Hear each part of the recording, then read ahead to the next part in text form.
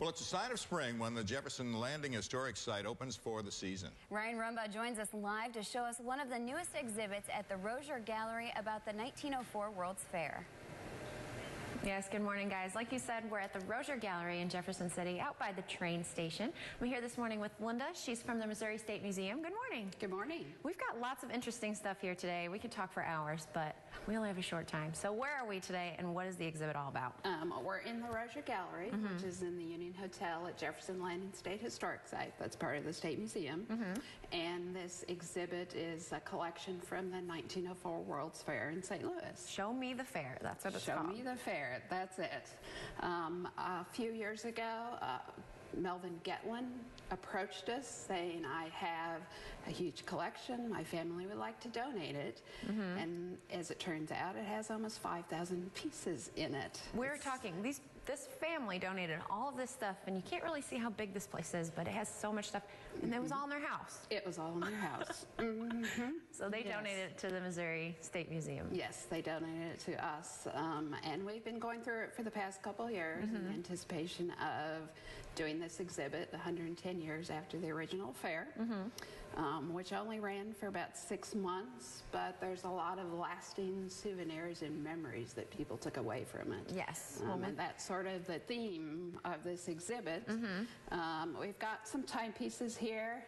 This one is interesting because on the bottom here you have Festival Hall and the Cascade Fountain, which sort of is the front door of the fair. That's the main image that people saw of the fair.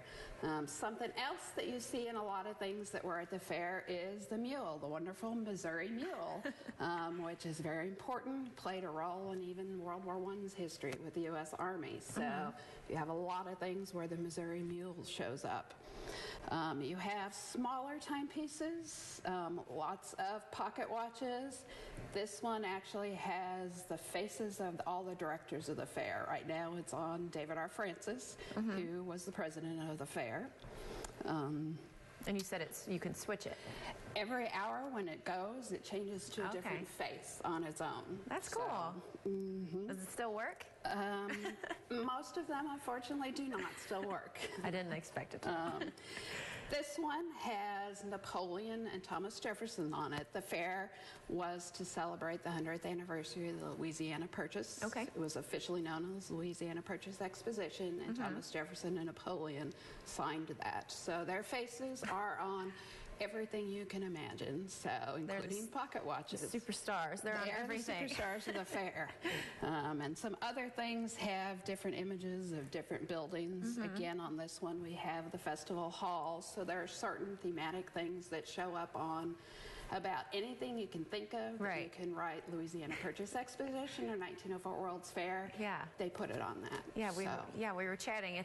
You can kind of picture vendors or things like that with making all these different souvenirs, and you said some of the vendors even made it there. Yes, we have some glass pieces where they had them on site, and you would come up, you could purchase it and say, I want my name on it, and they would do the work right there. So it was a main theme of the fair was supposed to be education, so some of it was educating them about the process by which they created a lot of products, a lot of industries and things like that. So, Such interesting stuff. When we come back, we're going to take a look at even more of the things they have here at this exhibit, but for now, we'll send it back to you guys in the studio. We're taking a look at the 1904 World's Fair in St. Louis at the newest exhibit at the Rozier Gallery in Jefferson City, and I'm here this morning with Linda from Missouri State Museum. Good morning. Good morning. We have been walking around this place all morning. I love this stuff, this history stuff, Throwback Thursday. It's perfect. So we are talking about some of the food at the World's Fair. That was a theme of the fair. You had things like very good restaurants. This is actually a fan from a restaurant that was actually in St. Louis, but they opened one on the fairgrounds and had a nice map of the fair for you.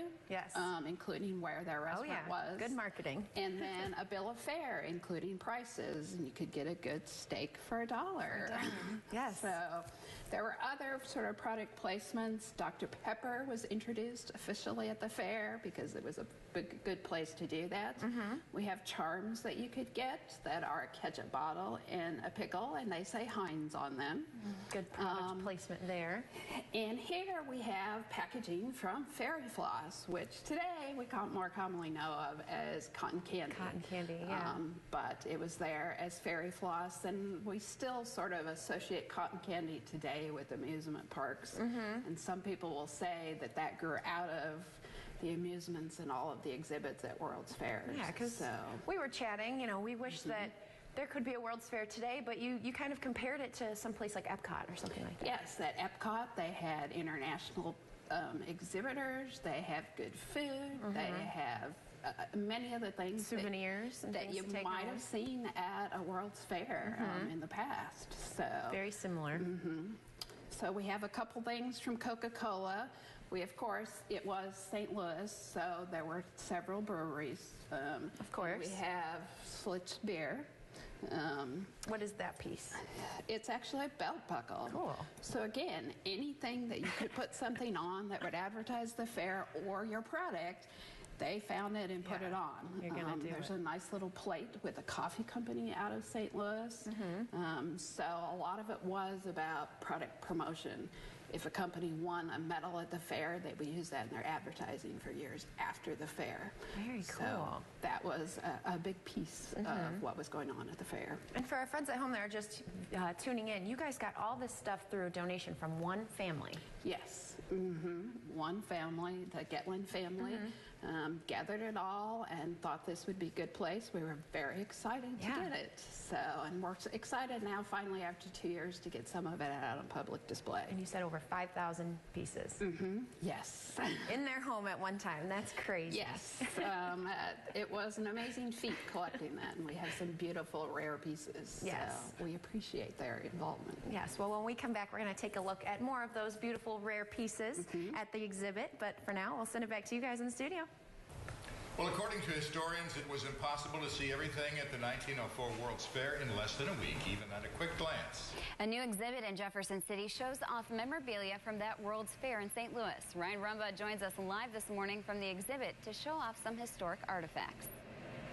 Good morning, guys. Yes, it's Throwback Thursday, but we're throwing it back all the way to the 1904 World's Fair in St. Louis. I'm here this morning at the Rozier Gallery with Linda from the Missouri State Museum. Good morning. Good morning. Thanks for having us today. This has been so interesting. We've been chatting this whole time, and I know we came to the Missouri State Museum the last time, and we were chatting the whole time. We could talk for hours about this stuff. We have a lot of very interesting stuff. Now we're focused on money. Yes, of course.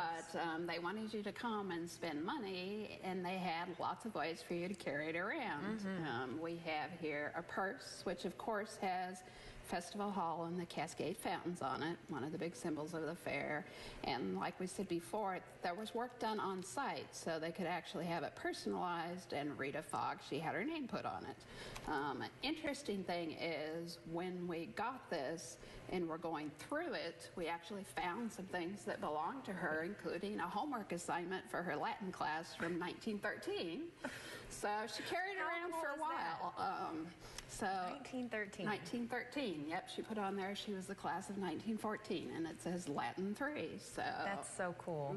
It's amazing that all of these things have been preserved so well. We've been looking at a lot of different things, like this, for example, the colors in it. You would expect to maybe go away a little bit, but it still looks great. Yes, and this would have been a woman's wallet with the coloring on it, and there are designs on the back too. It's got a design on the back, and in this one we opened it up and found a calling card for the person who had this wallet. That was something people had back in those days, so we know who that wallet came from. Kind of like the modern day business card. Yes.